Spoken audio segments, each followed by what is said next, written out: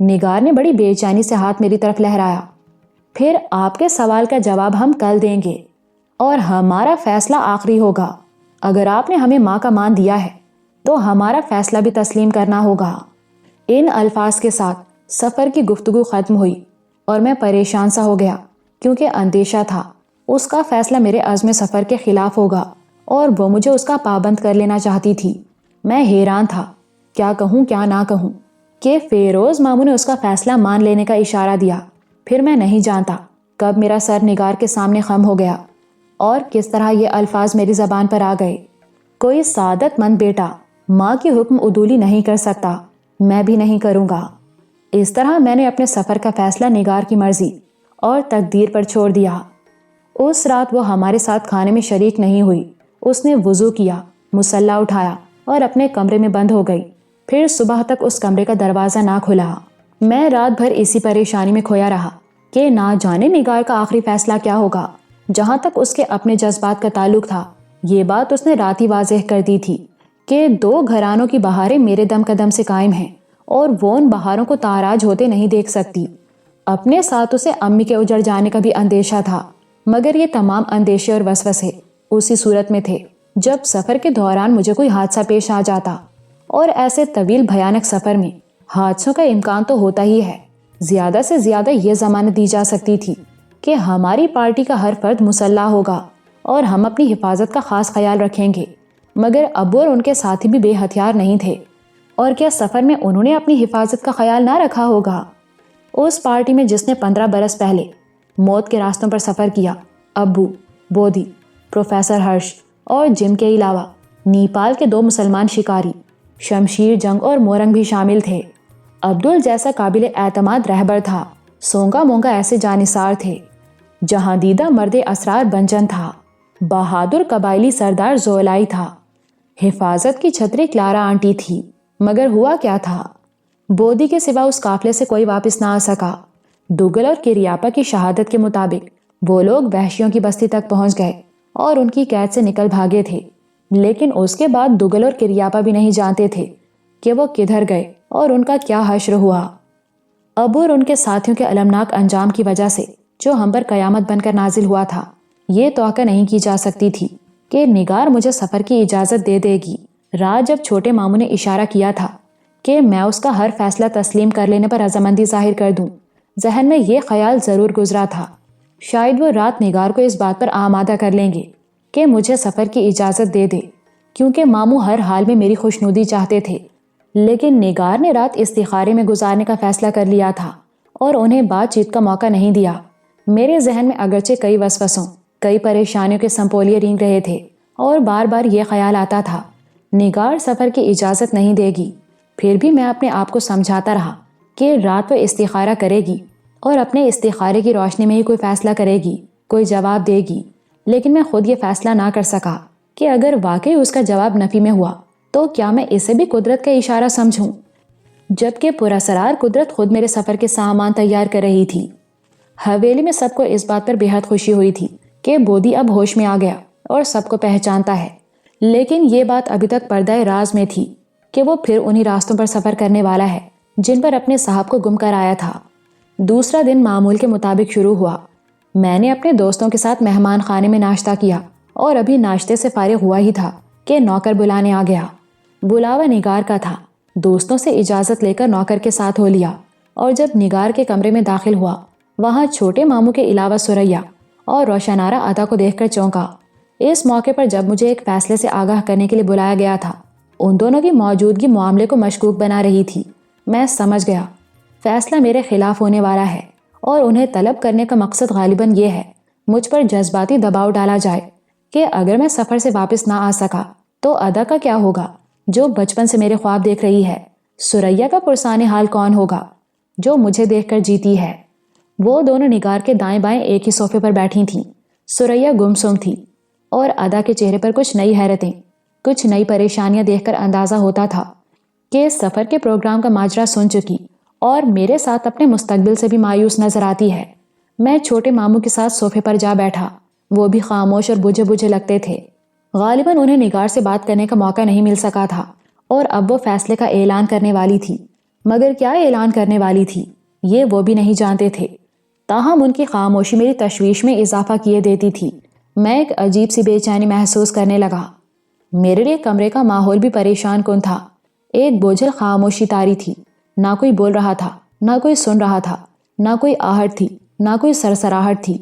ایک گونگی چپ کے سوا وہاں کچھ بھی نہ تھا، حتیٰ کہ سانسوں کی آمد و شد بھی محسوس نہ ہوتی تھی۔ ایسی تھی وہ خاموشی جیسے قبرستانوں، مقبروں یا خانقاہوں میں ہوتی ہے۔ اور اس پراسرار اور عجیب خاموشی میں محفل کی صدر نشین نگار کو دیکھ کر احساس ہوتا تھا جیسے روحوں کی دنیا سے نکل کر آئی ہے۔ میں نے اس گھر میں ایسا ماحول کبھی نہ دیکھا تھا۔ نگار بے حد سنجیدہ تھی۔ شاید رات اس نے کوئی استخارہ کیا اور اسے اپنے استخارے کا جواب مل گیا تھا۔ اب مجھے اس کا جواب سننا اور قبول کرنا تھا، اور حالات کی صورت بتا رہی تھی کہ جواب میرے لیے مایوس کن ہوگا۔ میں نے اپنے پریشان ذہن کے ساتھ سوچا، اب ایک ہی چانس ہے کہ اگر نگار نے اپنے کسی استخارے کی بنا پر مجھے سفر سے روک دینے کا فیصلہ دیا تو اس کے استخارے پر بحث کروں، کیونکہ بعض لوگ استخارے کے اشارات سمجھنے میں غلطی کھا جاتے ہیں، کیونکہ وہ مبہم اشارات کو اپنے فہم کے مطابق حل کرتے اور ان کا مطلب اپنے ذہن سے نکالتے ہیں۔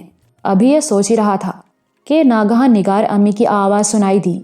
اس نے مجھے کو مخاطب کیا اور کہا، امجد بیٹے، رات آپ نے ایک سوال کیا اور ہم نے جواب کے لیے کچھ مہلت مانگی تھی۔ سریا اور ادا کو اس لیے بلا لیا ہے تاکہ یہ بھی ہمارا جواب سن لیں اور ہمیں مورد الزام نہ ٹھہرائیں۔ ادا کو کچھ علم نہیں تھا کہ آپ نے اپنے ابو کا مشن پورا کرنے کے لیے ایک خطرناک سفر کا ارادہ کیا ہے، مگر ہم نے اسے معاملے کی صورت سے آگاہ کر دیا ہے۔ یہ کہہ کر وہ ایک پل کے لیے رکی، پھر مسلسل بولنے لگی جس میں کوئی وقفہ نہیں تھا۔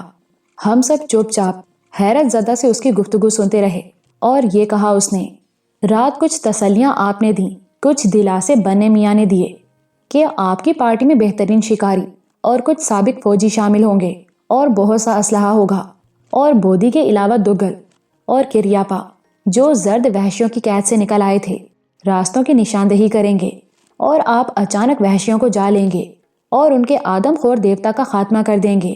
مگر ان ساری باتوں میں سے کوئی بات ہمیں مطمئن نہ کر سکی، اور ہم اس خیال سے تڑپ گئے کہ آپ بھی ہمارے دلوں پر وہی زخم لگانا چاہتے ہیں جو آپ کے ابو نے لگائے تھے، اور دونوں گھرانوں پر ایک قیامت گزر گئی تھی۔ ہم نے یہ بھی سوچا، اگر آپ کو سفر میں کوئی حادثہ پیش آ گیا تو انجمن باجی جو پہلے ہی اجڑ چکی اور نہ زندوں میں نہ مردوں میں ہیں، دوسرا سانس نہیں لے سکیں گی، اور ہم بھی جو آپ کو دیکھ کر جیتے ہیں ان کے ساتھ ہی قبر میں اتر جائیں گے، کیونکہ دنیا میں ہر بات کی ایک انتہا اور ہر برداشت کی ایک حد ہوتی ہے۔ دلہا نواب کو پیش آنے والے حادثے کے بعد کسی میں دوسرا صدمہ سہنے کی سکت نہیں، اور اگر کوئی ایسی بات ہو گئی اور آپ واپس نہ آ سکے تو ہم سب تباہ و برباد ہو جائیں گے، اور دنیا بھی ہمیں بیوقوف ٹھہرائے گی کہ پہلی تباہی کے بعد ہم نے دوسری تباہی کا اہتمام کیوں کیا اور آپ کو موت کے سفر کی اجازت کیوں دی۔ یہ سب کچھ ہمارے ذہن سے گزرا، مگر آپ مصر تھے اور بنے میاں سفارش کر رہے تھے کہ ہم آپ کو اس ہولناک سفر کی اجازت دے دیں جس سے واپسی کی کوئی ضمانت نہیں۔ تب ہم نے سوچا، یہ ایسا مشکل اور کٹھن معاملہ ہے کہ اس سے نکلنے کے لیے دعا کرنا اور رب العزت سے مدد مانگنا بہتر ہوگا۔ آپ نے ہم سے سوال کیا ہے تو ہم اپنی تقدیر سے سوال کرتے ہیں اور اپنے خدا سے پوچھتے ہیں کہ کیا کریں۔ وہ مشکل وقت میں کمزوروں اور گناہ گاروں کی بھی سنتا اور مدد کرتا ہے۔ اس طرح ہم نے فیصلہ قدرت پر چھوڑ دیا اور اپنے کمرے میں بند ہو گئے۔ رات ہم بہت مضطرب تھے۔ آپ کا سوال تلوار کی طرح ہمارے سر پر لٹک رہا تھا کہ کیا جواب دیں۔ اسی شدید بے چینی کی حالت میں ہم نے دو گانا ادا کیا اور خدا کے حضور سجدے میں گر کر اور گڑ گڑا کر دعا مانگی، اور یہ دعا مانگی، اے اللہ، ہم آپ سے خیر اور بہتری کے طلبگار ہیں، آپ کا فضل چاہتے اور آپ سے مدد مانگتے ہیں۔ آپ سب کچھ جانتے ہیں اور ہم کچھ نہیں جانتے۔ آپ کو ہر بات کا اختیار ہے اور ہمیں کسی بات کا اختیار نہیں۔ آپ کو غیب کا علم ہے اور ہمیں اپنی خبر نہیں۔ آپ ہی کو معلوم ہے کہ اس سفر کا انجام کیا ہوگا جس کے لیے ہمارے بیٹے نے اجازت طلب کی ہے۔ تو اے عالم الغیب، اگر یہ سفر ہمارے گھرانے کے لیے بہتر ہے تو اس سفر کو ہمارا مقدر کر دیجئے، اسے ہم سب کے لیے مبارک کیجئے، اور اگر یہ ہمارے لیے کسی مصیبت، دکھ اور صدمے کا سبب بننے والا ہے تو امجد کو سفر سے اور سفر کو امجد سے ٹال دیجیے اور ایسے اسباب پیدا کیجیے کہ روانگی کی نوبت نہ آئے۔ ہم آپ ہی سے دعا کرتے اور آپ ہی سے مدد چاہتے، آپ ہی کے اشارے غیبی کے منتظر ہیں۔ اپنے کرم سے ہمیں کوئی ایسی علامت دکھائیے کہ اس کی روشنی میں ہم کوئی فیصلہ کر سکیں۔ تو یہ دعا کی ہم نے، اور 2 گانا ادا کرنے کے بعد دیر تک مصلے پر بیٹھے اور سوچتے رہے کہ کیا ہوگا کیا نہیں ہوگا، مگر یہ نہیں جانتے کب نیند کا جھونکا آیا اور کب سو گئے۔ پھر سوئے سوئے کچھ نظارے ہماری نظروں سے گزرنے لگے اور ہم نے ایک خواب دیکھا، اور بڑا عجیب تھا وہ خواب۔ ہم نے امجد کو ایک شہزادے کے روپ میں دیکھا اور دیکھا کہ پرستان کی ایک شہزادی انہیں اپنے ساتھ اڑائے لیے جا رہی ہے۔ دونوں جنگلوں، ویرانوں، بیابانوں، دریاؤں، کوہستانوں کے اوپر ہی اوپر اڑتے چلے جا رہے ہیں۔ پھر دونوں ایک وادی پر بہار میں اترتے ہیں جہاں باغ ہے اور ایک نہر اس کے درمیان سے گزرتی ہے۔ دونوں ہاتھ میں ہاتھ ڈالے آگے بڑھتے اور شاخوں کے جھرمٹ میں ہیرے جواہرات سے مرصع ایک عالیشان چھپر کھٹ پر جا بیٹھتے ہیں۔ کچھ لوگ ان کی خدمت کے لیے نمودار ہوتے ہیں اور ایک کنیز سونے کے طباق میں جام و سراہی لے کر آتی ہے۔ وہ جام شہزادے کو دینا چاہتی ہے کہ ناگہاں کسی سے ٹکرا کر جام گرتا اور ٹوٹ جاتا ہے۔ ہم خواب میں محسوس کرتے ہیں یہ اچھا نہیں ہوا، مگر شہزادی فوراً کنیز کو دوسرا جام بھرنے کا حکم دیتی ہے۔ اس وقت ہم غور سے دیکھتے ہیں تو حیران رہ جاتے ہیں کہ شہزادی کی شکل ہو پرنسس اندرا سے ملتی جلتی ہے، بلکہ وہی ہے، لیکن کنیز ابھی دوسرا جام بھر رہی ہوتی ہے کہ خواب کا منظر بدل جاتا ہے۔ اس سرگزشتے عجیب کے پڑھنے والے میری حیرت اور بدحواسی کا اندازہ لگا سکتے ہیں جو یہ خواب سن کر مجھ پر طاری ہوئی ہوگی، کیونکہ یہی خواب کچھ دن پہلے میں نے جنگل میں سوئے ہوئے دیکھا تھا، اور میر حسن کی مثنوی بدر منیر کا خواب تھا۔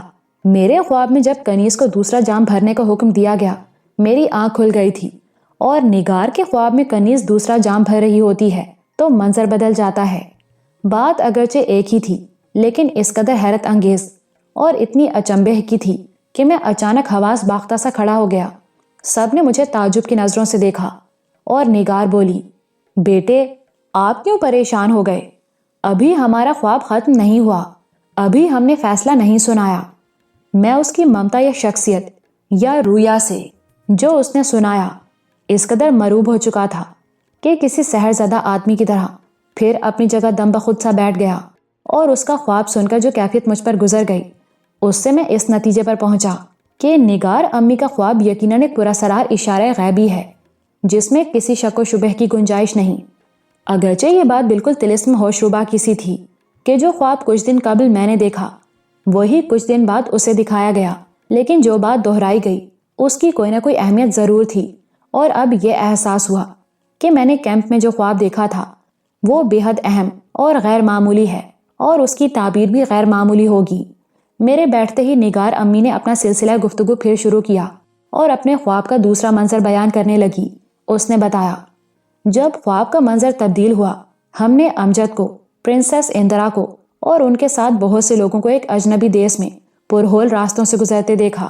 وہ راستے نہیں بلکہ موت کے حاشیے تھے، اور ہم نے دیکھا کہ ایک راستے پر بے شمار سانپ بپھری موجوں کی مانند چاروں طرف سے امڑے چلے آ رہے ہیں جیسے کوئی طوفان آتا ہے۔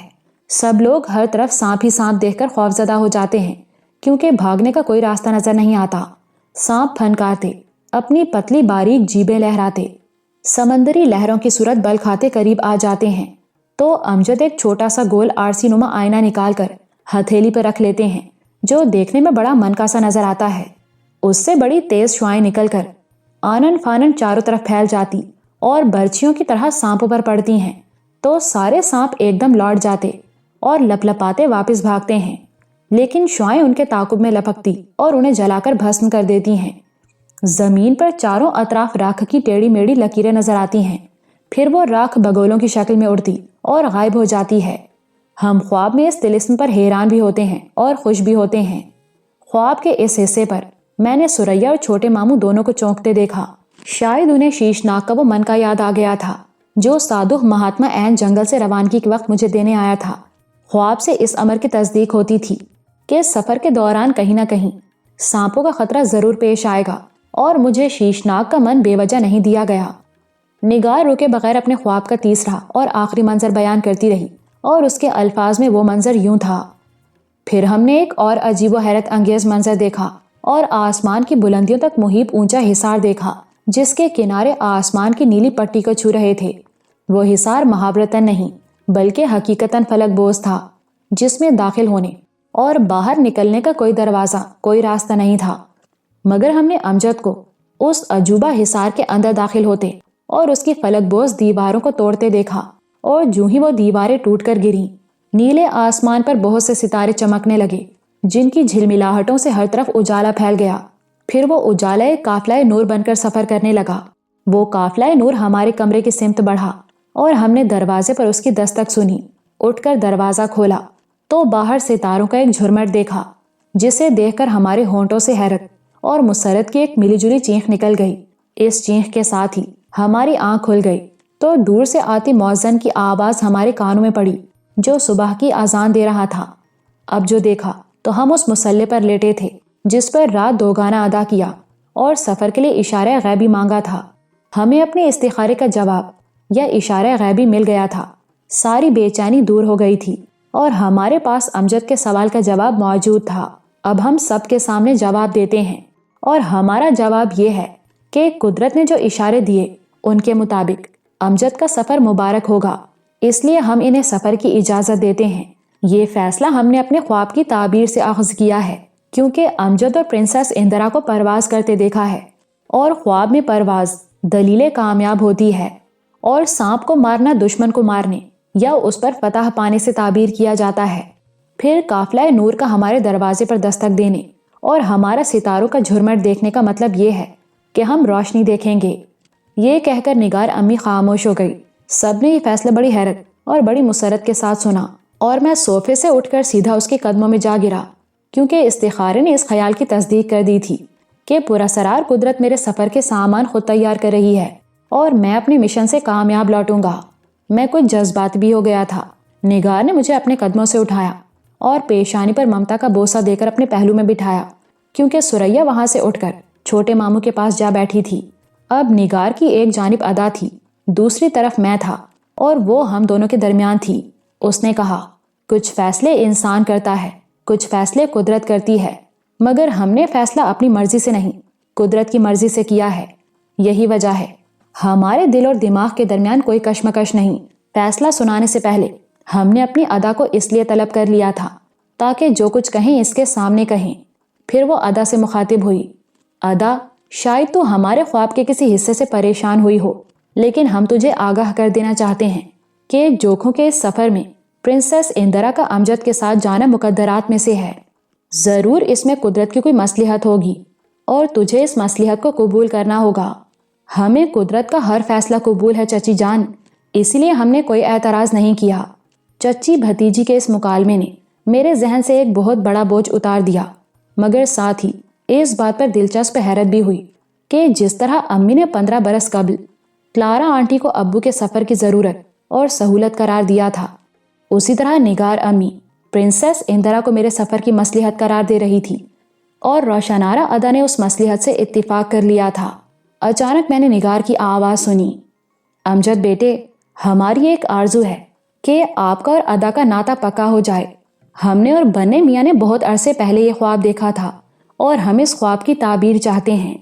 میں نے کسی جھجک، کسی پریشانی کے بغیر ادا کا ہاتھ پکڑ لیا اور کہا، نگار امی، میں ادا کو پسند کرتا ہوں، مگر اسے میری واپسی کا انتظار کرنا ہوگا۔ اب یہ آپ کے پاس میری امانت ہے۔ یہ الفاظ سن کر ادا کے گالوں پر شرم کی یا پھر خوشی کی سرخی دوڑ گئی، اور اگر پرنسس اندرا کے ذکر پر دل میں کوئی بات آئی بھی تھی تو جاتی رہی۔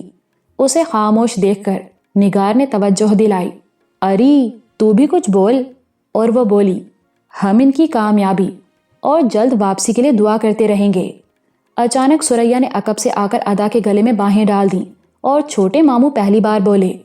ہمارے نگار نے ایک ٹیڑھے مسئلے کا بالکل سیدھا حل نکالا اور فیصلہ تقدیر پر چھوڑ دیا۔ آدمی اپنے فیصلوں پر اعتراض کر سکتا ہے، مگر جو فیصلے قدرت کی زبان سے صادر ہوتے ہیں ان پر کسی اعتراض کی گنجائش نہیں رہتی۔ جنگل میں بودی کے ذہن کی تبدیلی اور دگل کے ریاپا کی اچانک ملاقات کے بعد سفر کا فیصلہ ہوا تو ہم نے امجد کو اجازت ضرور دے دی۔ پھر بھی ذہن میں ایک تذبذب اور دل پر ایک بوجھ تھا، مگر آج وہ تذبذب دور ہو گیا۔ کیونکہ قدرت یہی چاہتی ہے ہم امجد بیٹے کو سفر کے خطروں میں جھونک دیں اور نتیجے کا انتظار کریں۔ ہمیں اس بات پر بھی بے حد خوشی ہوئی کہ امجد نے ادا کے حق میں فیصلہ دیا، اور اب ادا ہمارے پاس ایک امانت ہوگی جسے ہم امجد کی واپسی کے بعد اس کے سپرد کر دیں گے۔ یہ کہہ کر فیروز ماموں ہمارے قریب آئے۔ انہوں نے مجھے ایک بغل میں، ادا کو دوسری بغل میں لے کر باری باری ہمارے ماتھے چومے اور دعا دی کہ ہم سدا خوشیاں دیکھیں اور کبھی غم نہ دیکھیں۔ اسی روز حویلی میں دھوم مچ گئی کہ میں اپنے دوستوں کے ہمراہ ابو کا انتقام لینے اور ان کا ادھورا مشن پورا کرنے دور دراز کا سفر کروں گا، اور میری منہ بولی ماں نگار نے مجھے سفر کی اجازت دے دی ہے۔ نانا نواب اور نانی اماں نے خبر سنی تو دنگ رہ گئے۔ انہوں نے فوراً مجھے، چھوٹے ماموں اور نگار کو طلب کیا۔ نانی اماں اپنی بہو پر بگڑی۔ نگار، امجد تمہارا بھانجا یا بیٹا بعد میں اور ہمارا نواسا پہلے ہے، ہم اسے کہیں نہیں جانے دیں گے۔ نانی اماں کے تیور دیکھ کر نگار تو خاموش رہی، البتہ چھوٹے ماموں نے حالات کی ایک جھلک پیش کی اور بتایا کہ نگار خود بھی سفر کے حق میں نہیں تھی اور اجازت دینے سے انکار کرتی رہی، لیکن رات اس نے استخارہ کیا تو اشارہ غیبی ہوا کہ یہ سفر ہمارے خاندان کے لیے مبارک ہوگا۔ تب نوابزادے کو سفر کی اجازت دے دی گئی۔ یہ ساری باتیں سن کر نانا نانی بے حد حیران ہوئے، خاص طور سے اپنی بہو کے استخارے کی رودات سنی تو کچھ کہنے کا یارانہ نہ رہا اور زبانوں پر حیرت کی چپ لگ گئی۔ میں نے اپنی ترجمانی خود کی۔ نانا حضور، ابو کا مشن میرا مقصد حیات ہے اور میں ہر قیمت پر اسے پورا کروں گا، خواہ مجھے اپنی جان پر کیوں نہ کھیلنا پڑے۔ یہ سنتے ہی نانا نواب کھڑے ہو گئے، میرے سر پر ہاتھ رکھا اور دعا دی، خدا تمہیں اپنے مقصد میں کامیاب کرے۔ ان کی زبان سے دعا نکلی تو نانی اماں نے بھی خاموشی کی زبان سے رضامندی کا اظہار کر دیا، اور یوں ننھیال میں سفر کا معاملہ طے ہو گیا۔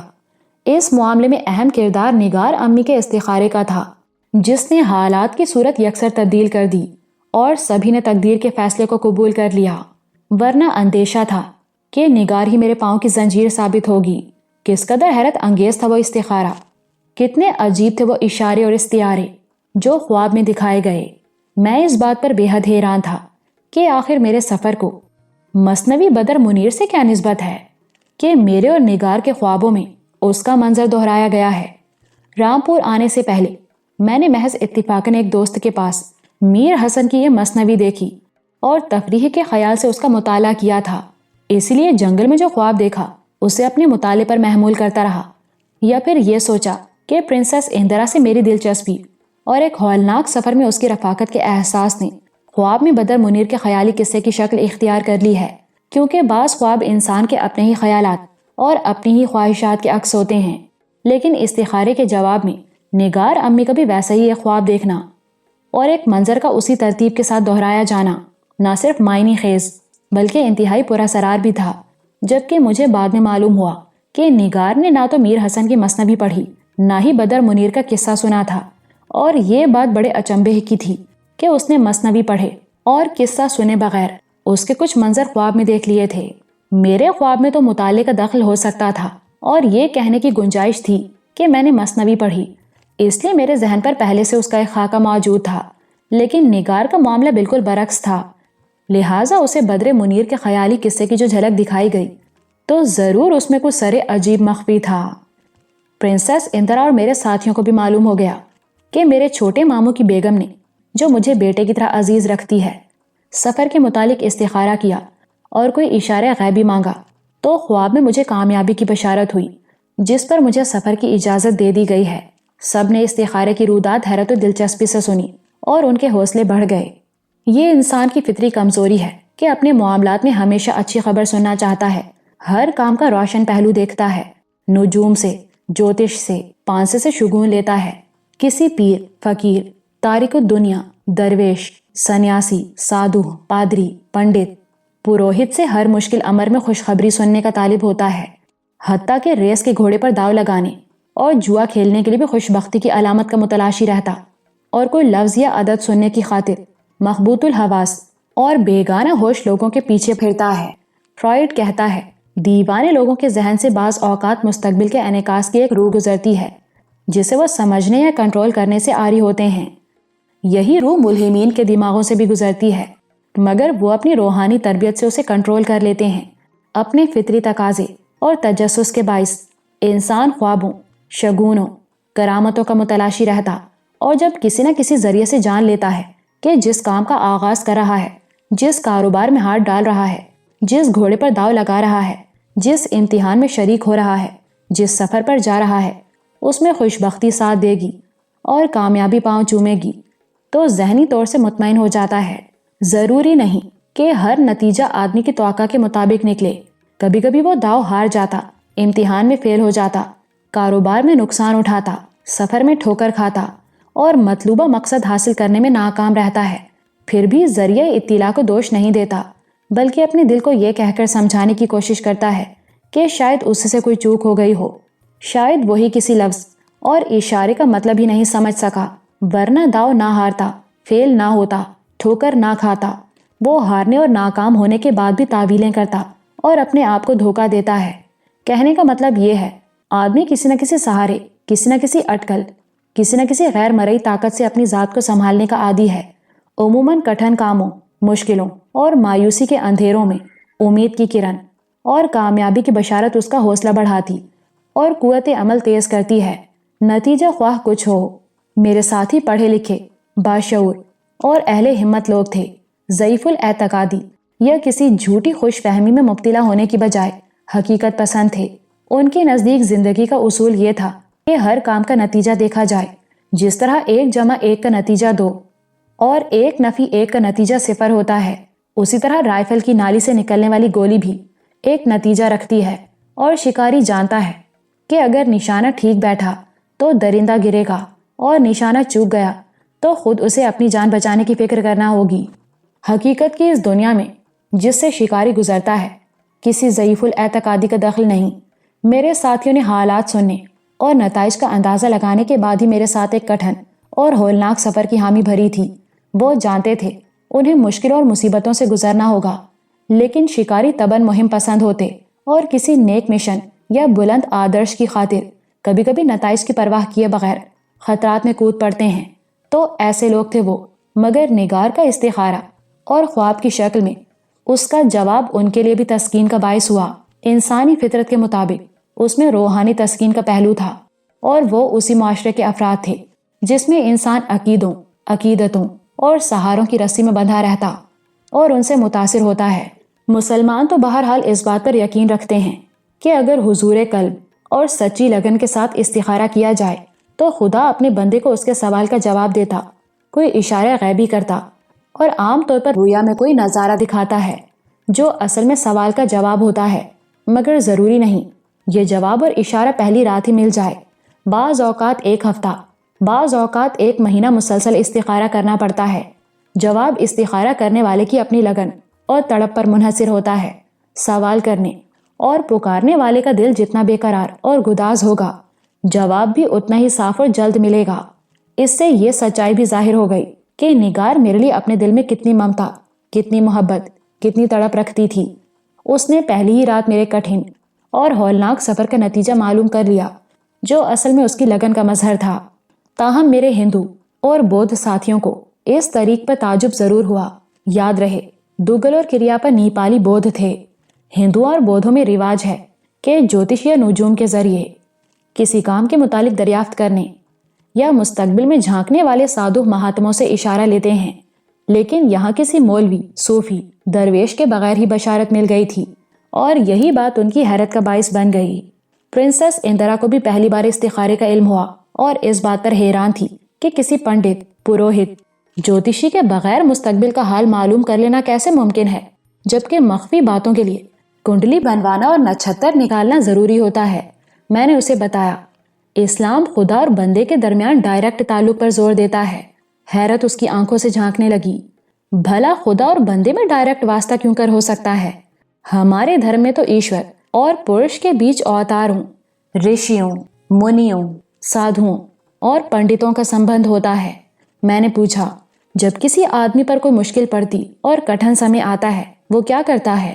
اپنے ایشور کو یاد کرتا ہے، بھگوان کو پکارتا ہے، کسی پنڈت پروہت کی طرف تو نہیں بھاگتا۔ وہ میرا مطلب سمجھ رہی تھی۔ بے شک بعض حالتوں میں آدمی اپنے دین دھرم کے بزرگوں سے دعا، پرارتھنا کا طلبگار ہوتا ہے، مگر یہ ایک اضافی فعل ہے، مصیبت اور مشکل میں آدمی کی زبان پر بے اختیار یا اللہ، اے ایشور ہی کے الفاظ آتے ہیں اور وہ براہ راست اپنے خالق و پروردگار کو پکارتا ہے۔ میں نے کہا، جب آدمی مشکل میں اپنے خدا یا ایشور کو یاد کرتا اور اس سے مدد مانگتا ہے تو اس کی خدائی کا انصاف یہ ہے کہ کسی مولوی، پنڈت، پروہت کی وساطت اور سفارش کے بغیر اپنے بندے کی بات سنے اور اسے جواب دے۔ کسی اضطرار اور بے چینی کی حالت میں خدا سے اشارہ لینے کے لیے اسلام نے استخارے کا طریق بتایا ہے، اور خدا خواب کے ذریعے جواب دیتا یا آدمی کے دل میں کوئی بات ڈال دیتا ہے جس سے وہ رہنمائی حاصل کرتا ہے۔ اودھ کی تہذیب کے ساتھ اندرا کو خدا سے رہنمائی حاصل کرنے کا یہ طریق بھی پسند آیا۔ ایشور اور پرش کا یہ سمبندھ نیچرل ہے، مگر دھرم والوں نے ان کے درمیان بہت سی دیواریں کھڑی کر دی ہیں۔ کبھی کبھی آدمی ان دیواروں کی اوٹ سے بھی بات کرتا ہے، مگر ڈائریکٹ واسطہ بہتر ہوتا ہے۔ وہ مصر ہوئی کہ میں اسے استخارے کا طریقہ بتاؤں، اگرچہ اس میں کوئی مذائقہ نہیں تھا، مگر میں مسکرا دیا۔ کیا تمہیں بھی ایشور سے کچھ پوچھنا ہے؟ وہ بھی مسکرائی۔ ایکسپیریمنٹ کرنا چاہتی ہوں۔ کیا پوچھو گی؟ جو میرے من میں ہے۔ تمہارے من میں جو کچھ ہے اس کا جواب تو شاید میں بھی دے سکتا ہوں۔ اس نے میری بات کو رد نہیں کیا، الٹی اس کی ایک وجہ نکالی۔ آدمی بھی بھگوان کا روپ ہوتا ہے اور بھگوان کے گن اس میں ہوتے ہیں۔ پھر ایک پل ٹھہر کے اچانک بولی، دو گے جواب؟ کیوں نہیں دوں گا؟ پہلے اپنے من کی کلپنا ظاہر کرو، پھر جواب بھی سن لو۔ کچھ سنے بغیر جواب دو تب مانوں گی، کلپنا سنے بغیر کچھ نہیں ہو سکتا۔ اصلی بھگوان کے سامنے بھی رونا اور گڑ گڑانا پڑتا ہے، سچی تڑپ کے ساتھ من کی کلپنا بتانا پڑتی ہے، تب بھگوان کے دوار کھلتے اور گیان پرکاش ہوتا ہے۔ استخارے کا مطلب یہی ہے کہ پہلے خدا کے حضور اپنی مشکل بیان کرو، پھر اشارہ مانگو۔ میں اسے بتانے لگا کہ استخارہ کیسے کیا جاتا اور کیا دعا مانگی جاتی ہے۔ وہ بڑی توجہ اور دلچسپی سے سنتی رہی، پھر پوچھنے لگی، کیا تم لوگ خدا کو کوئی چڑھاوا نہیں دیتے؟ وہ کسی چڑھاوے کا محتاج نہیں، دل کی تڑپ اور آنکھ کے آنسو یہی اس کا چڑھاوا ہے۔ اس جگ کے پالن ہار کو کسی چڑھاوے کی کیا ضرورت ہے؟ وہ تو صرف یہ چاہتا ہے کہ میرے پاس آؤ تو دل کا میل اتار کے آؤ۔ وہ یکلخت کھڑی ہو گئی۔ تمہاری یہ بات من کو لگی، بھلا بھگوان کو چڑھاووں کا کیا لالچ؟ ابھی بات جاری تھی کہ سریا کمرے میں داخل ہوئی اور اس نے بتایا کہ پروفیسر اسلم مجھے یاد کر رہے ہیں۔ میں اندرا سے اجازت لے کر دیوان خانے میں آ گیا، جہاں پروفیسر کے علاوہ رانا صفدر، وکرم اور چھوٹے ماموں بیٹھے ہماری واپسی کا پروگرام بنا رہے تھے۔ پروفیسر کا خیال تھا آج ہی ساپہر کی ٹرین سے روانگی ہو، لیکن چھوٹے ماموں ریلوے اسٹیشن سے اطلاع لے کر آئے تھے کہ کسی ٹرین میں سیٹیں ریزرو نہیں ہو سکتی، کیونکہ عموماً لکھنؤ ہی سے ساری سیٹیں ریزرو ہو جاتی ہیں۔ البتہ اسٹیشن ماسٹر نے یقین دلایا تھا کل لکھنؤ ایکسپریس میں سیٹوں کا بندوبست کر دے گا۔ ان دنوں ٹرینوں میں رش تھا۔ سب اس بات پر متفق ہو گئے کہ روانگی لکھنؤ ایکسپریس سے ہو۔ پرنسس اندرا کو بھی اس پروگرام کی اطلاع کر دی گئی اور حویلی میں ہماری واپسی کی باتیں ہونے لگیں۔ کھانے کے بعد ہم لوگ چھوٹے ماموں کے ہمراہ رامپور کے تاریخی مقامات کی سیر کرنے نکل گئے۔ کچھ پرانے مقامات اور تاریخی یادگاروں کے علاوہ جدید عمارتوں کی سیر کی اور ریاست کا فیل خانہ بھی دیکھا، جہاں ہاتھی کھیدے میں پکڑے جانے اور سدھانے کے بعد شاہی سواری کے لیے رکھے جاتے تھے۔ محکمہ جنگلات کے افسر اعلیٰ سے بھی ملاقات ہوئی اور میں نے جنگل کے اس مندر کے بارے میں معلومات حاصل کرنے کی کوشش کی جہاں سادھو مہاتما اور شیش ناگ کا ڈیرا تھا۔ مہتم صاحب نے بتایا، 2 برس پہلے ہریدوار کے کچھ پجاریوں نے مندر کی مرمت کے لیے عرضی بھیجی اور اس شبے کا اظہار کیا تھا کہ کچھ ادھرمی اور ناستک لوگ وہاں سے وشنو اور لکشمی کی مورتیاں اڑا لے جانا چاہتے ہیں۔ یہ ایک دھارمک معاملہ تھا، اس لیے مندر کی مرمت اور اسے آباد کرنے کی اجازت دے دی گئی۔ آپ کو معلوم ہے اس مندر میں جس کے ارد گرد درندے گھومتے ہیں صرف ایک سادھو رہتا ہے، کیا اسے کوئی خطرہ نہیں وہاں؟ اسے وہاں رہتے 2 برس تو ہو گئے ہیں اور اس عرصے میں خطرے کی کوئی بات نہیں سنی۔ اس کے برعکس سادھو نے کئی بار فارسٹ رینجروں کی مدد کی ہے۔ یہ اطلاع یقیناً حیرت انگیز تھی۔ محکمہ جنگلات نے یہ کہہ کر بات ختم کر دی، جو لوگ موت سے نہیں ڈرتے ان سے موت ڈرتی ہے۔ سادھو مہاتما کی شخصیت گنجینہ اسرار بن گئی تھی۔ میں نے مزید پوچھ گچھ مناسب نہ سمجھی اور اپنے دوستوں کے ہمراہ لوٹ آیا۔ شام کو حویلی میں واپسی ہوئی تو پتہ چلا لاہور سے کوئی تار آیا ہے۔ میں فوراً سریا سے ملا اس نے بتایا۔ ممانی نگار نے امی کو لاہور کوئی تار بھیجا تھا، اس کے جواب میں تار آیا ہے، وہاں سب لوگ ہمارا انتظار کر رہے ہیں۔ میں نے ابھی تک یہ نہیں بتایا، جنگل سے رامپور لوٹتے ہی امی اور میاں بادشاہ کو اپنی خیریت اور بودی کے ذہن کی تبدیلی کی اطلاع بھیج دی تھی۔ بودی کی ذہنی تبدیلی نے لاہور میں یقیناً ایک سنسنی پیدا کر دی ہوگی، اور اب گھر والے یہ جاننے کے لیے بے چین ہوں گے کہ ابو کے ساتھ کیا حادثہ پیش آیا تھا۔ لیکن یہ سب کچھ ابھی پردہ راز میں تھا اور بودی سے اس بارے میں کوئی سوال نہیں کیا گیا تھا۔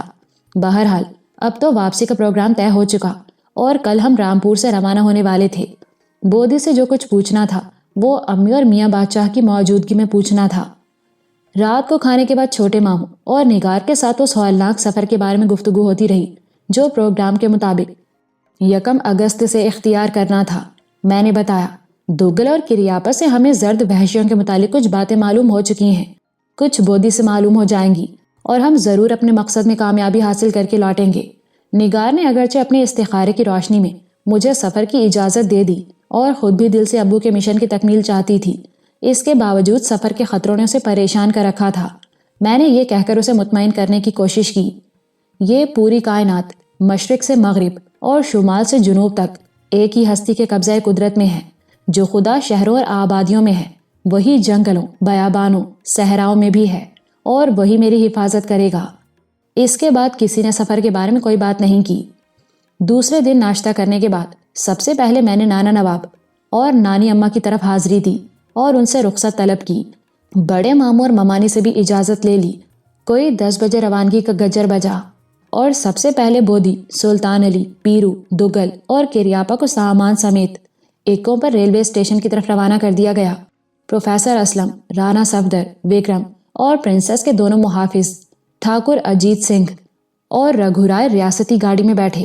پرنسس اندرا چھوٹے ماموں کی گاڑی میں سوار ہوئی جسے حویلی سے بسد اعزاز رخصت کیا گیا، مگر سریا ابھی تک نہیں آئی تھی اور صرف اس کا انتظار تھا کہ اچانک اس کی جگہ شگفتہ باندھی نمودار ہوئی اور پیغام لائی کہ مجھے اندر بلایا جا رہا ہے۔ شگفتہ کے پیچھے پیچھے بڑی ممانی کے کمرے میں پہنچا تو یہ دیکھ کر حیران رہ گیا۔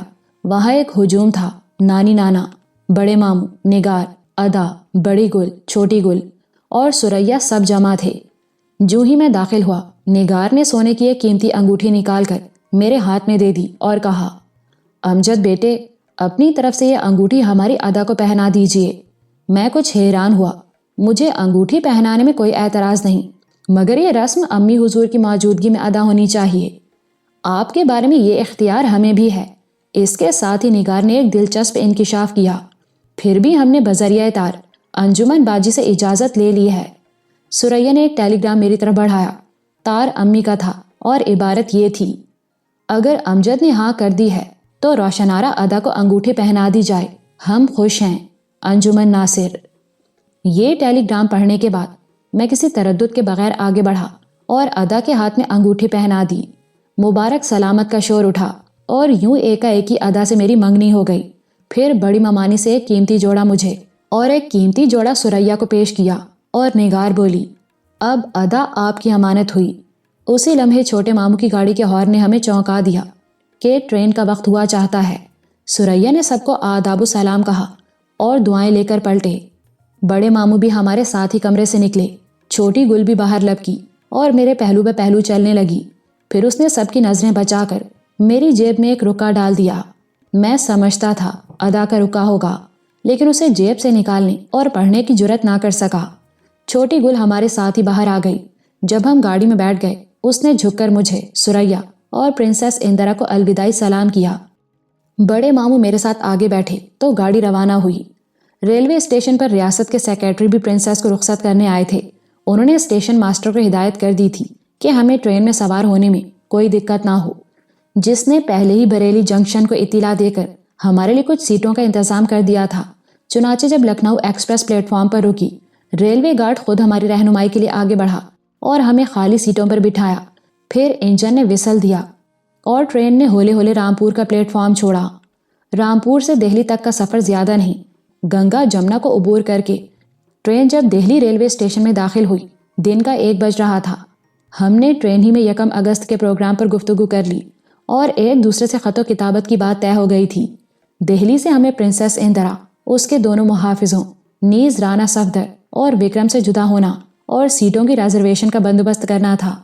لکھنؤ ایکسپریس سے اتر کر ہم پلیٹ فارم پر کھڑے تھے۔ دہلی سے رامپور جاتے ہوئے اسٹیشن ماسٹر چوبے جی ہمارے کام آیا تھا۔ سوچا پنجاب اور راجستھان کی الگ الگ ریزرویشن کے لیے اسی سے مدد لی جائے۔ ابھی میں اور رانا صفدر چوبے جی کی طرف جانے کا ارادہ ہی کر رہے تھے کہ پرنسس اندرا ہمارے قریب کھسک آئی اور رانا سے پوچھنے لگی، تمہیں اور وکرم کو واپسی کی جلدی تو نہیں؟ رانا صفدر اگر اس سوال کا کوئی مطلب سمجھا تو یہ تھا کہ شاید وہ دہلی میں 1-2 دن رکنا چاہتی ہے۔ اس نے جواب دیا، مجھے تو جلدی نہیں، پھر سارے ٹکٹ لاہور کے بنواؤ۔ رانا حیران رہ گیا اور پرنسس اندرا میری طرف دیکھ کر کہنے لگی، امجد نے تو لاہور چلنے کی دعوت نہیں دی، سوچا خود ہی چلتے ہیں، 1-2 دن لاہور کی سیر کر کے لوٹ آئیں گے، تم وکرم سے پوچھ لو۔ میں اس کی بات سن کر حیرت اور خوشی کے مارے اچھل گیا۔ وہم و گمان بھی نہیں تھا وہ لاہور چلنے کے لیے تیار ہو جائے گی۔ میں نے بات بنائی، ڈرتا تھا کہیں تم لاہور جانے سے انکار نہ کر دو۔ تمہارے ساتھ تبت جانے سے تو انکار نہیں کیا، لاہور جانے سے کیسے انکار کر دیتی؟ اس کی بات بڑی معقول تھی۔ میں نے فوراً معذرت کی، میرا خیال تھا شاید رامپور سے سیدھی اپنی ریاست کا رخ کرو گی۔ اس اثنا میں رانا صفدر نے وکرم سے پوچھ لیا تھا۔ وہ لاہور کا سن کر خوش ہوا جب سریا کو پتا چلا کہ پرنسس ہمارے ساتھ لاہور جا رہی ہے اور سب کے لیے لاہور کی سیٹیں ریزرو کروائی جا رہی ہیں تو اس کی خوشی کی انتہا نہ رہی۔ پلیٹ فارم پر ہی اندرا سے لپٹ گئی۔ انہیں وہیں چھوڑ کر میں رانا صفدر کو لے کر اسٹیشن ماسٹر کے کمرے میں چلا گیا۔ چوبے جی دیکھ کر ہمیں خوش ہوا اور اس نے ذاتی دلچسپی کے ساتھ ہمارے لیے فرسٹ کلاس کی ایک پوری بوگی ریزرو کروا دی، جس میں ملازمین کے لیے بھی ایک الگ حصہ تھا۔ یہ بوگی بمبئی سے آنے والی پنجاب میل کے ساتھ لگائی جا رہی تھی، جسے شام کو دہلی پہنچنا اور آدھ گھنٹہ قیام کے بعد لاہور کے لیے روانہ ہونا تھا۔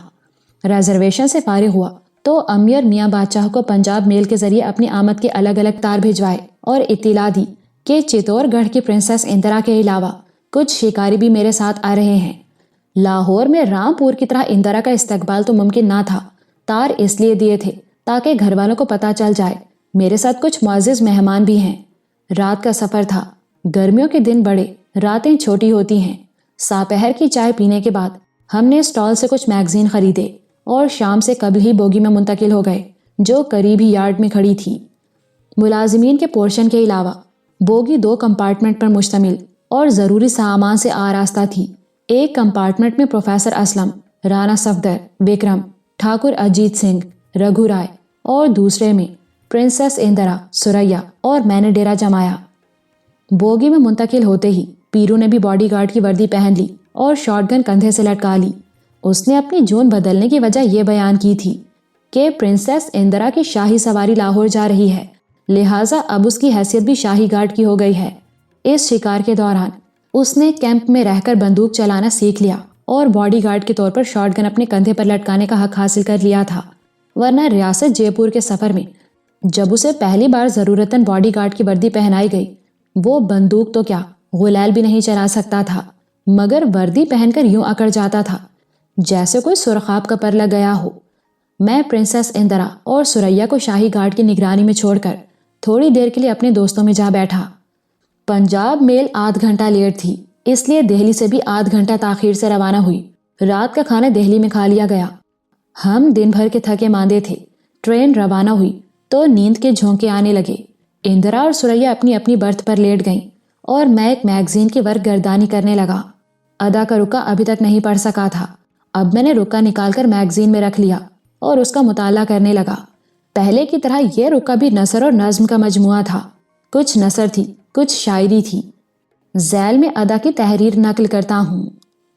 جانے ادا، تسلیمات، سب سے پہلے ہم آپ کا شکریہ ادا کرتے ہیں کہ آپ نے ہمیں اپنی امانت قرار دیا اور وہ رتبہ بخشا جس کی ہم کم سنی سے آرزو کرتے آئے ہیں۔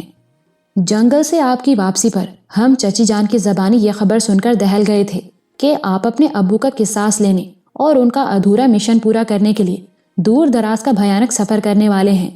15 برس پہلے دور کے اسی سفر میں ہمارے گھرانے کی سب سے محبوب ہستی ہم سے بچھڑ گئی تھی۔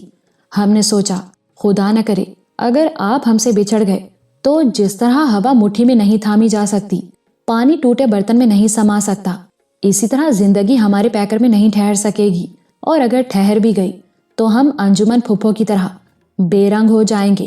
مگر چچی جان نے اپنا استخارہ بیان کیا، رویا کے مناظر سنائے جن میں آپ کی کامیابی اور روشنی کی بشارت تھی، تو ہمیں کچھ حوصلہ ہوا۔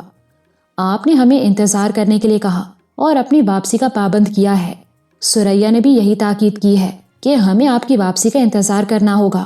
ہم تو بچپن سے آپ کا انتظار کر رہے ہیں، مزید انتظار بھی کریں گے۔ ثریا نے بتایا ہے، یہ سفر آپ کی زندگی کا سب سے بڑا مقصد ہے جو آپ کو شہرت و ناموری عطا کرے گا۔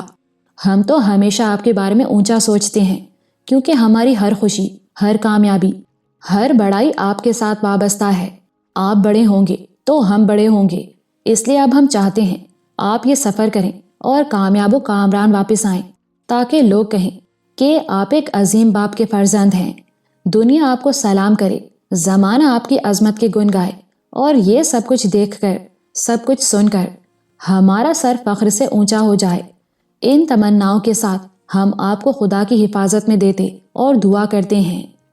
جاتے ہو میری جان، خدا حافظ و ناصر، اللہ نگہبان، خدا حافظ و ناصر۔ یہ شعر ہم نے کہیں پڑھا تھا، جو اس موقع پر بے اختیار ہماری زبان پر آ گیا ہے۔ اسی ضمن میں ہم نے بھی کچھ شعر کہے جو آپ کی نظر کرتے ہیں۔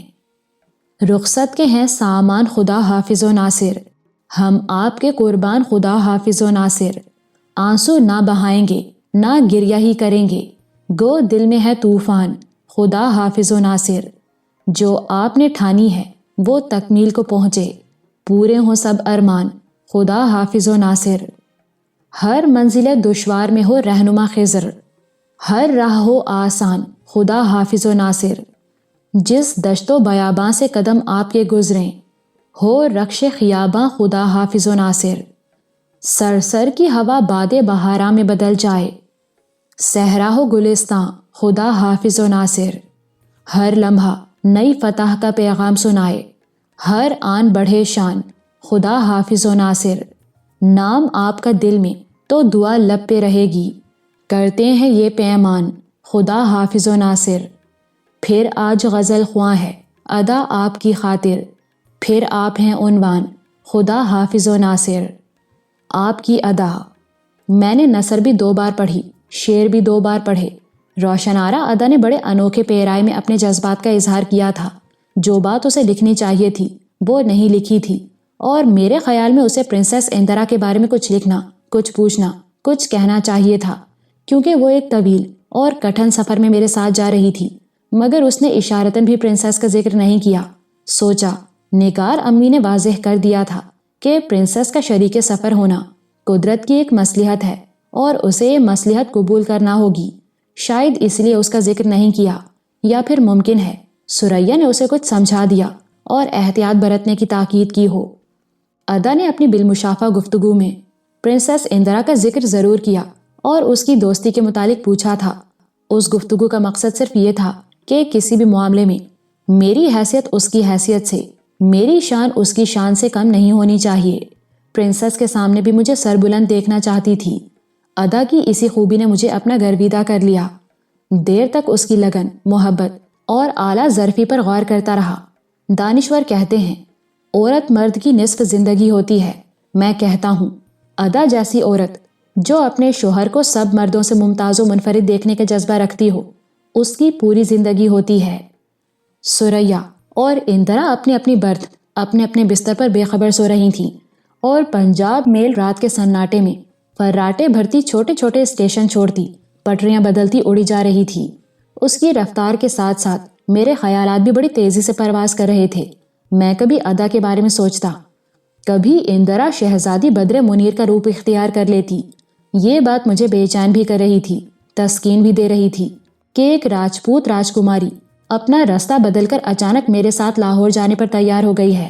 لاہور کا سفر بے وجہ نہ تھا، اس نے رامپور میں میرے ننھیال کو دیکھ لیا تھا، اب لاہور میں میرا گھر دیکھنے جا رہی تھی۔ میاں بادشاہ کی دولت اور ابو کی شہرت سن چکی تھی، شاید مشاہدہ کرنا چاہتی تھی کہ ہمارے گھر کے لوگ کیسے ہیں۔ ٹرین کی رفتار یکلخت کم ہوئی اور وہ ہولے ہولے کسی اسٹیشن پر رک گئی۔ میں نے کھڑکی سے جھانک کر دیکھا، سہارنپور تھا۔ کچھ لوگ گاڑی سے اتر رہے تھے، کچھ چڑھ رہے تھے، اور پلیٹ فارم پر مسافروں کی بھیڑ کے درمیان خوانچے والوں کی آوازیں گونج رہی تھیں۔ سوچا یہ ریل کا سفر بھی عجیب ہے، دن ہو یا رات ریل کے پہیے حرکت میں رہتے ہیں، مسافر بدلتے ہیں، سفر جاری رہتا ہے۔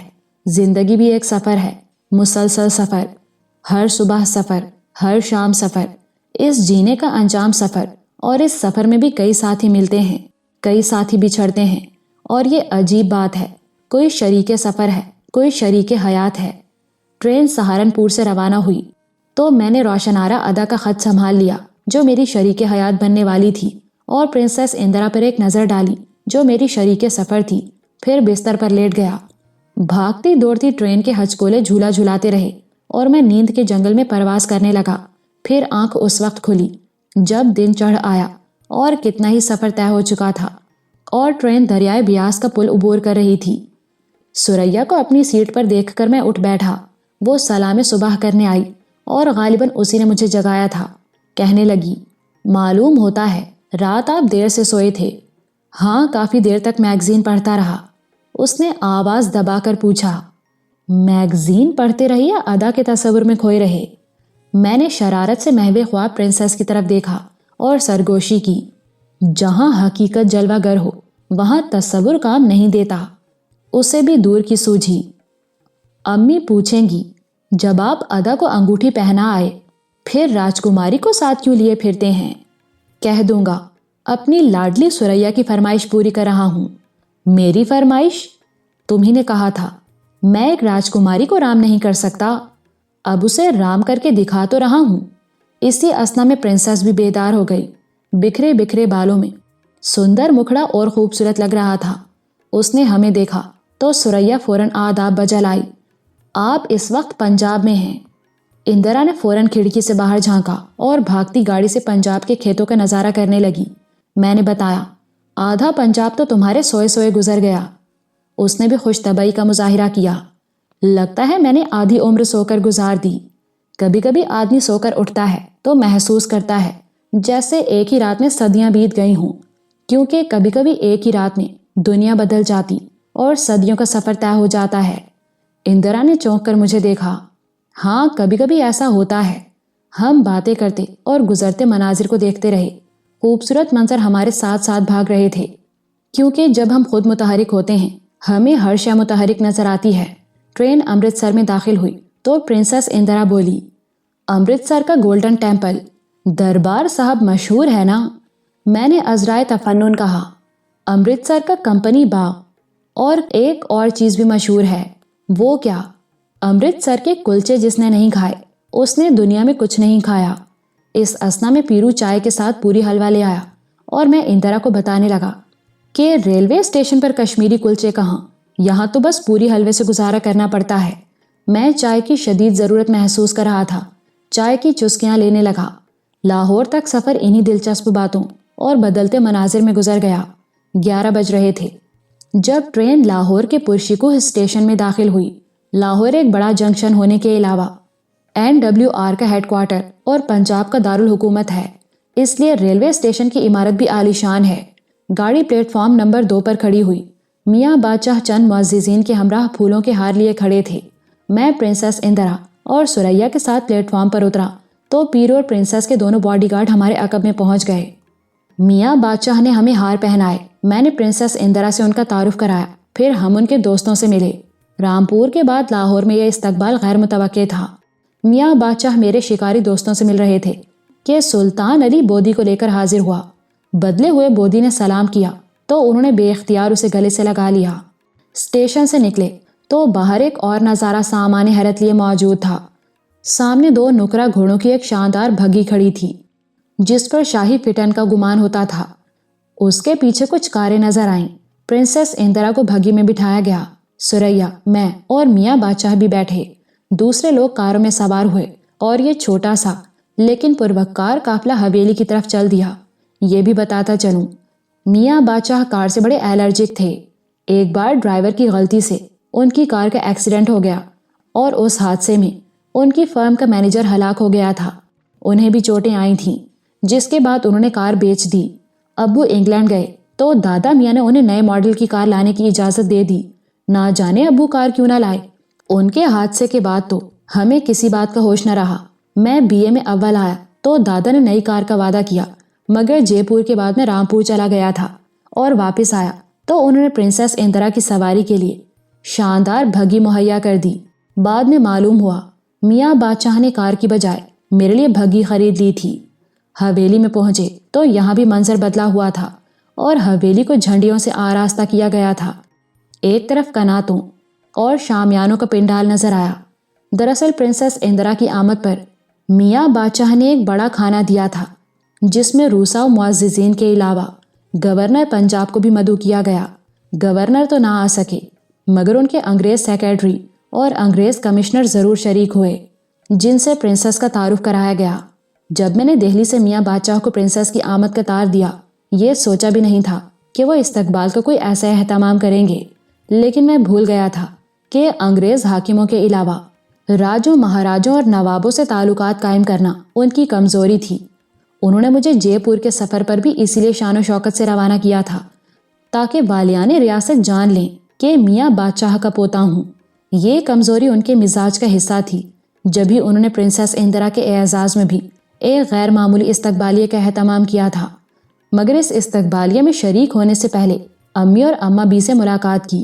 دونوں نے پرنسس اندرا کو ہاتھوں ہاتھ لیا، خوب استقبال کیا، مگر وہ لمحہ حیرت کا تھا جب پرنسس نے تمام رسمی آداب کو بالائے طاق رکھ کر امی اور دادی کے پاؤں چھو لیے۔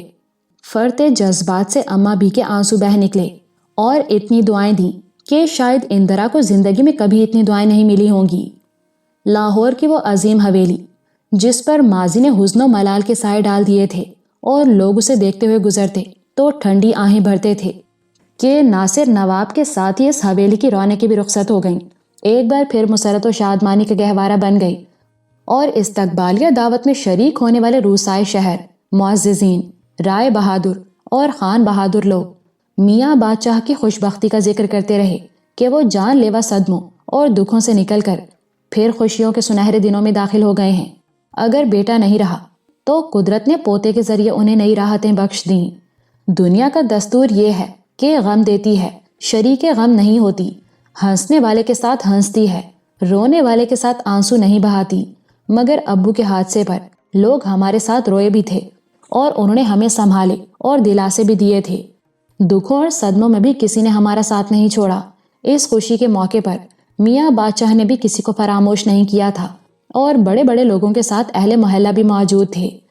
میں نے اس بڑے کھانے کا ذکر اس لیے ضروری سمجھا ہے کہ گزرے دنوں میں ابو کی شادی اور میری ولادت کی تقریبات کے بعد پرنسس اندرا کے اعزاز میں دی جانے والی دعوت ہماری حویلی میں ایک یادگار تقریب تھی، جس سے ہماری خوشیوں کا زمانہ لوٹ آیا اور لوگوں نے محسوس کیا کہ قدرت ایک بار پھر ہم پر مہربان ہو گئی ہے۔ پرنسس اندرا کے علاوہ میرے شکاری دوست بھی جان گئے کہ میاں بادشاہ کا نصیبہ بھی بڑا ہے، حوصلہ بھی بڑا ہے، نام بڑا ہے تو درشن بھی بڑے ہیں۔ امی بہت خوش تھیں۔ میں نے برسوں کے بعد ان کے چہرے پر مسرت کی جھلک دیکھی۔ پرنسس اندرا ان کی شخصیت سے بے حد متاثر ہوئی، ان کا یوں احترام کرتی تھی جیسے وہ کوئی دیوی ہوں۔ چنانچہ دعوت کے ہنگامے سے فارغ ہو کر جب گھر کے سب افراد اس کے پاس بیٹھے تو بولی، اس راجپوت گھرانے میں سچ مچ راجپوتی شان نظر آتی ہے۔